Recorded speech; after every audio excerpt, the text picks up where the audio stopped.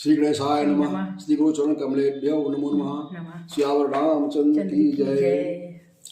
नमस्कार साथियों, आज का प्रसंग है सुंदरकांड में जब गोस्वामी जी ने लिखा है, जब यहाँ ब्राह्मण की सभा लगी हुई है और वहाँ मंत्रणा हो रही है इस बात पर कि उधर सेना आ रही है, बंदर और भालू सब आ गए हैं और राम जी चढ़ाई करने वाले हैं लंका पर। तो अपने मंत्रियों से, लोगों से बात कर रहा है वो। तो अधिकतर उसके चाटुकार होते हैं वहाँ पे, जो उसकी बड़ाई करते रहते हैं हर समय, क्योंकि लगता है कि इससे बड़ा कौन योद्धा है, कोई कौन इनको जीत सकता है, तो लोग विजयी रावण है। तो उसमें यहाँ से प्रारंभ करते हैं। सचिव वैद्य कुल तीन जो प्रिय बोलहि भय हास, राज धर्म तन तीन कर होय बेगी नाश। जो सचिव है, जो मंत्री है, अगर वो केवल बड़ाई करता है, केवल चाटुकारिता करता है, केवल उसकी प्रशंसा करता है अपने राजा की,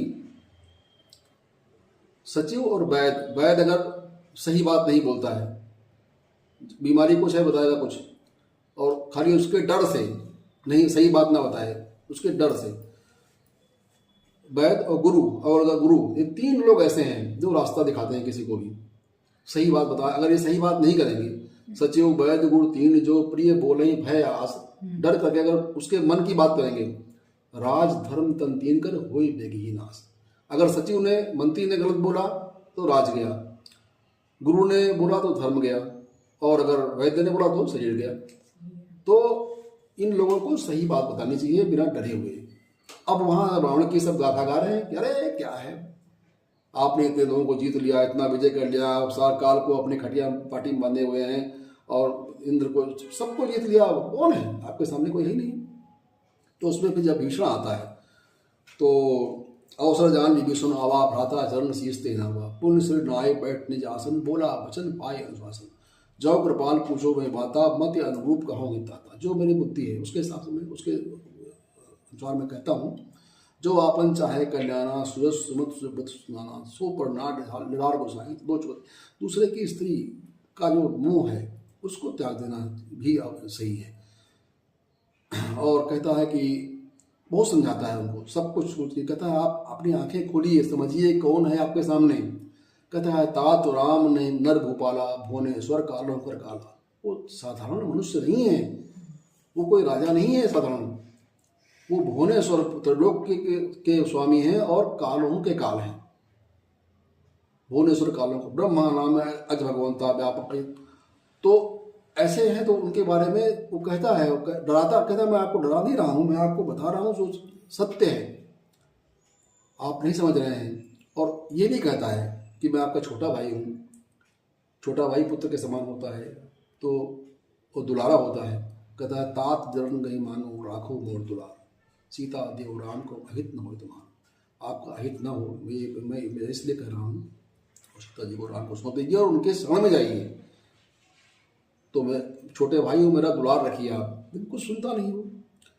तो आगे है बुद्ध पुराण सुत सम्मत बानी, कही विभीषण नीति बानी। सारे जितने ग्रंथों का जो निचोड़ है उसको देख करके वो कहता है, लेकिन सुनत सारण उठारे साई, खल तो ये निकट मृत्यु अबाई, जे सदासर मोर जियावा, रिपकर पुक्ष मूर्ते भावा। मेरा खाता है और उधर की गाता है।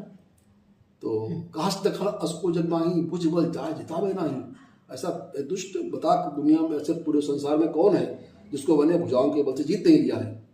मम पूर्वस तब सिंह पर प्रीति, सठ मिल जाए तो नहीं कहूँगी थी। जाओ उनसे मिलो, उनसे बताओ ये जो हमारा नियम कानून है, हमको मत बताओ। अस कह की है सरल प्रहारा, मारा लात मार दिया।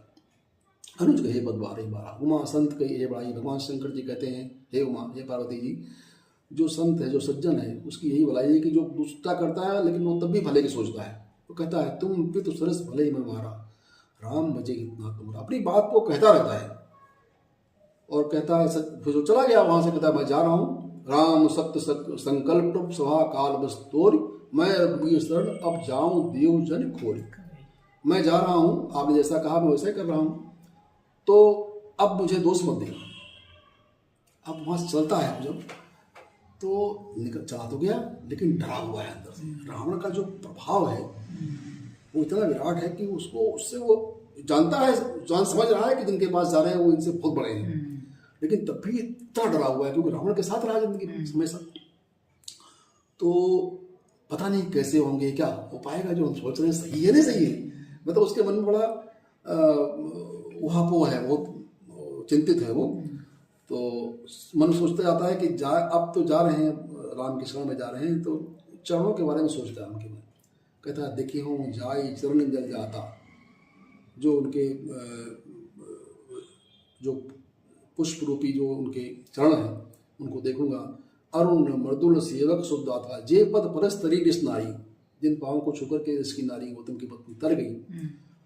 नंदन कानन पावनकारी, जे पद जनक सुता उड़लाई, कपट कुरंग संग धरदाई, जो जनक सुता जो इन चरणों को हमेशा ध्यान करती हैं। हर और सरल सरोज पद जयी, अहो भाग्य में देखी होते ही, जिन पायन के पादुकन भरत रहे मन लाए, ते पद आज मिलो के हों इन नैनन अफजाए। जो जिनके पदों को, जिनके चरण पादुकाओं को लेकर के भरत हमेशा अपने मन में रखते हैं, अपने हृदय में रखते हैं। आज मेरा अहोभाग्य है कि मैं उन चरणों को देखूंगा। लेकिन अब यहाँ चरणों की बात कर रहा है, लेकिन जब पहुंचता डरा हुआ है। जैसे कि माता अपने बच्चे का मुंह देखती है, और जो भयभीत आदमी है, मतलब जिसको जो अभीष्ट होता है, जो मन में चलता है, तो होता है कि हम ये जानते हैं। लेकिन जो डरा हुआ, जो उसके अंदर डर बैठा हुआ है, भय बैठा हुआ है, उसके कारण उसको चरण दिखाई नहीं पड़ते। पहुंचता है, सामने पहुंचता है, तो दूर ही ते देखे दो भ्राता, नयना आनंद दान के दाता, बहुरी राम छविधान बिलोकी, राम के ऊपर उसकी दृष्टि गई। बहुरी राम छविधान बिलोकी, रहो ठट्टू की एक टक पर लोकी, एकदम जैसे नेत्र उसके ठहर गए वहीं पे। और कहाँ नेत्र गए? भुज पड़म कंजारुन लोचन, श्यामल गात पंत में भोचन। उनकी विशाल भुजाएं हैं, और उनको देखने से ही भय दूर हो जाता है, पूरा भाव है, पूरा संसार का दूर होता है। भुज पलम कंजारुन लोचन, श्यामल घात पंत में भोचन, सिंधकंद आयत और सोहा आन अमित मुदन। उनकी विशाल भुजाएं हैं और चौड़े कंधे हैं, मतलब जिनको देख करके डर समाप्त होता है। भुज पलम कंजारुन सिंधकंद आयत और सोहा आन अमित, नयन नीर पुलकित दिखाता, नैनों से नृत्य उसके जल बहने लगा। मन धरती कहीं मधुआता, नाद सान कर मैं बात भ्राता, निश्चर वंश जन्म सुधाता। सहज पाप प्रिय तामस देहा, मेरा तामसिक शरीर है, पाप मुझे प्रिय है क्योंकि मैं राक्षसों के बीच रहता हूँ। जथा उल्लू को एकदम पढ़े, जैसे उल्लू को अंधकार ही अच्छा लगता है। श्रवण सुरस से आंसू ने आयो, प्रो भंजन बहुवीर, त्राय त्राय आरत शरण सफल, पैरों पर गिर जाता है कि आपको इतना सुना है सब कुछ, इतनी आपकी वीर गाथा सुनी है, तो इसलिए मैं आपके पास आया हूँ और मैं शरण में लीजिए मुझे अपने। तो उठाते हैं राम उसको, अर्श करत दंडवत देखा।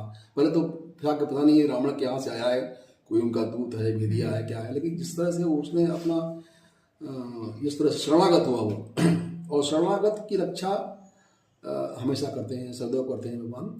क्योंकि शरण में आया हुआ व्यक्ति को अगर शरणागत को की रक्षा न की जाए, उसकी अवहेलना की जाए, उससे बड़ा पाप कोई नहीं है।